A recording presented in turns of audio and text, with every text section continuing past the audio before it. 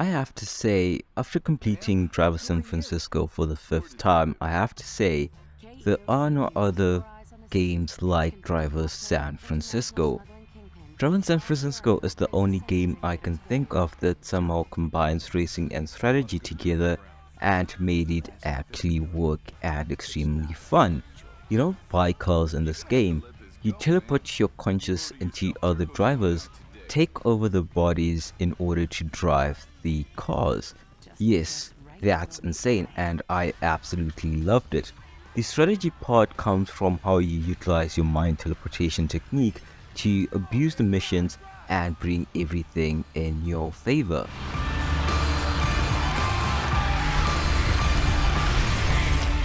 Driver San Francisco has what I like to call Ludo narrative harmony. For those of you who don't know what this is, Ludo narrative harmony is when gameplay and story work together to create a meaningful and immersive experience. Racing games are normally very light on storytelling, and when they're not, the story is typically awful and sounds as though they've been written by middle-aged men trying to appeal to a teenage audience. I mean, look at most of the modern Need for Speed games. The stories aren't that great and a very weak aspect of the game, I have to say. From Need for Speed 2012 up until Need for Speed Unbound, the story has always never made sense to me, to be honest. I gave it to him. Relax. Relax. Now, Driver San Francisco was driven by more than a mediocre story. The addition of magical realism, which is a style of literary fiction and art that paints a realistic view of the world, while also adding magical elements which keeps the game interesting. The shift ability incorporated into Driver San Francisco is something that I wish games did more often. I don't mean what the mechanic does physically in the game, but allowing the main activity of the player to correspond directly to the central core of both play and narrative in the game. Magical realism becomes a means of deepening an otherwise standard crime story, allowing it to plumb psychological depth through the game's dynamics that it otherwise could not. Throughout the game, you play as Detective John Tanner. Now, John Tanner is in a coma, and the element in the game that is suggestive of magical realism is the frantic effort of his mind to make sense of his trauma. We see messages telling Tanner to wake up from time to time, characters talking both in his dream and out of it simultaneously, and of course, the central mechanic of the game allows him to shift into any driver's body and possess it. We understand pretty quickly that the accident caused Tanner to fall into a coma and that none of the game's main plot is real. Everything is a manifestation of Tanner's subconscious. Some of the best moments in the game occur when the developers just up and run with the concept. For instance, there's a certain meta thrill that one experiences by directing Tanner to possess an ambulance driver and drive himself to the hospital while he's also being driven in a real-world ambulance. This early mission establishes that real-world happenings are mirrored by what is also happening in his subconscious, mostly by hearing the news reports on the TV in his hospital room. Tanner's ability to shift between cars at will takes what was previously a straight-laced series and makes it constantly funny and chaotic. In the main story missions, it's treated as a superpower that only Tanner and his partner are initially aware of. In side missions, it's carefully abused to hand out such objectives as coming first and second in the same race, helping a random NPC evade the cops and turning dangerous driving into a televised art form. But shifting isn't just some magical ability for the player to use, but is central to the plot. The characters realize that Tanner has these abilities and part of the plot is him coming to terms with them. He has to convince his partner Tobias Jones that he has this ability so that they can take advantage of it during the investigation. He uses it in order to get information that the police otherwise couldn't. He even comes face to face with mental barriers that he cannot cross until his mind is ready to open up more of the map. It isn't a mere plot point, but a driving force of the narrative of the investigation and Turner's own character arc. Like, it's like I'm driving as usual, but I look in the rearview mirror and I see this strange chick looking back at me, and I realize I'm in the body of a girl. When I was younger, the most attractive thing was the licensed cars, but now I started appreciating the little details like how Tanner holds the steering wheel when he uses the handbrake and the unique driving physics. The car list is pretty amazing. There's a wide variety of vehicles to choose from, such as supercars like the Lamborghini Gallardo and the McLaren SLR, to iconic rally cars like the Audi Sport Quattro S1, Ford OS200, and the Lancia Stratus.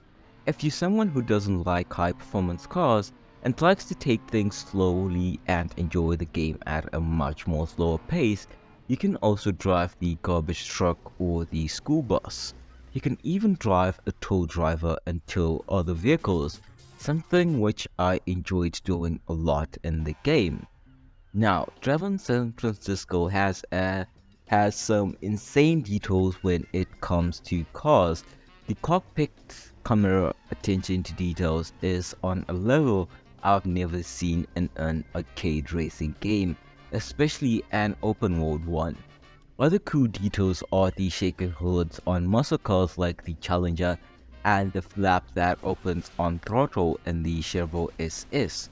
Also, I believe that to this day, it still has the best and smoothest steering animations for any driving game on controller.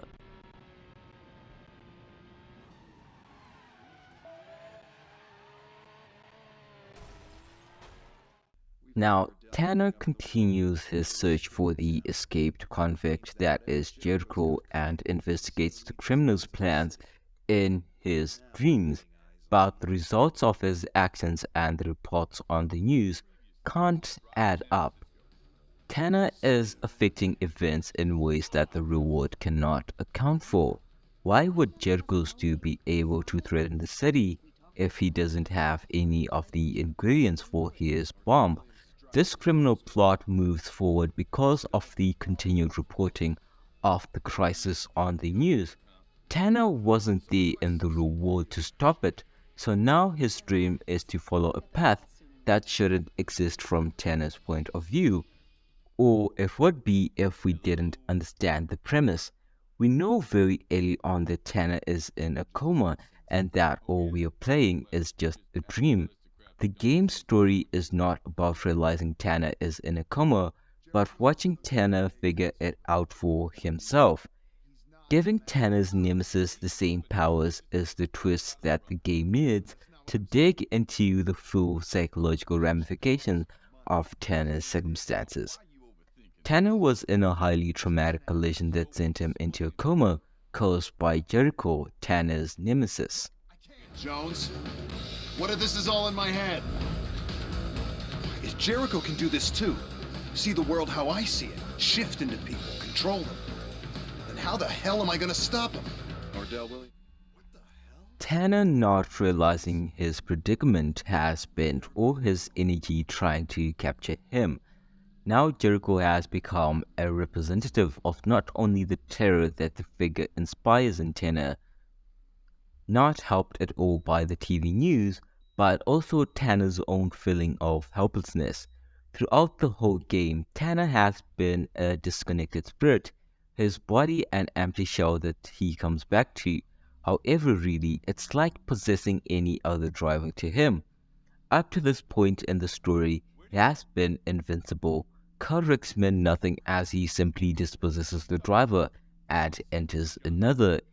If he fails a mission, he simply has to try again until he gets it right, like a man going over a plan in his head until he is satisfied with the imagined outcome.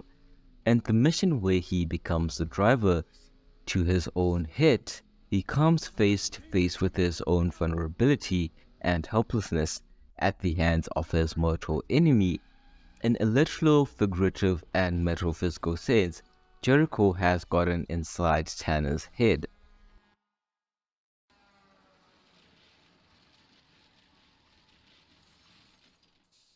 Police are requesting that residents of South Beach, downtown, and the surrounding area stay calm and evacuate quickly and in an orderly fashion. crap. We're told that no demands I've have been been out issued. this whole Just that time. All the trials, the missions, and the challenges in this game have been the work of his mind as a way to keep focus on survival. It's Tanner's own drive and determination that allows him to pull through, save for the very beginning and very end. The entire game is Tanner's battle with himself, and a perfect cap to the story. The actual boss fight takes place in the real world, not the dreamscape. That Jericho was nothing, only the manifestation of Tanner's own fears that he had to conquer before he had to face the real Jericho, the man who inspired the boogeyman. The final challenge which makes this a fitting boss fight, quite unlike the previous battle with him, is that it must be done using Tanner's driving skill alone. No shifting, no boosting, no throwing cars, but after all the preparations that Tanner has gone through, he and the player are ready for it. Tanner has gotten pursuing Jericho as an almighty figure that is always a step ahead of the law. He's defeated the impossible spectre. Now he can deal with the real person. In a fit comedic justice, the game concludes with Jericho getting T-boned in the same manner that Tanner did at the beginning of the game. My ass.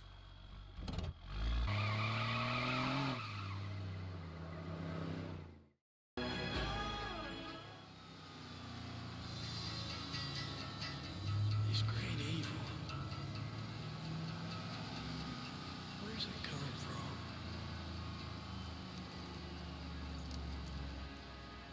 How did it steal into the world?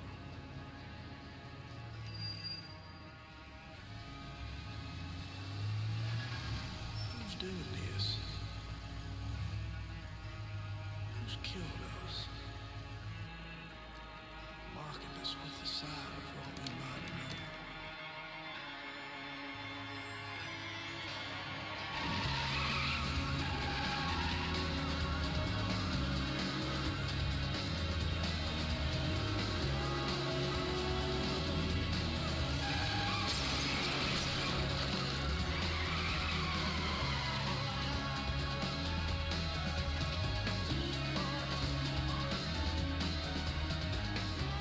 Come in, dispatch, 40 Adam 30, requesting backup at the old warehouse, Hunter Point.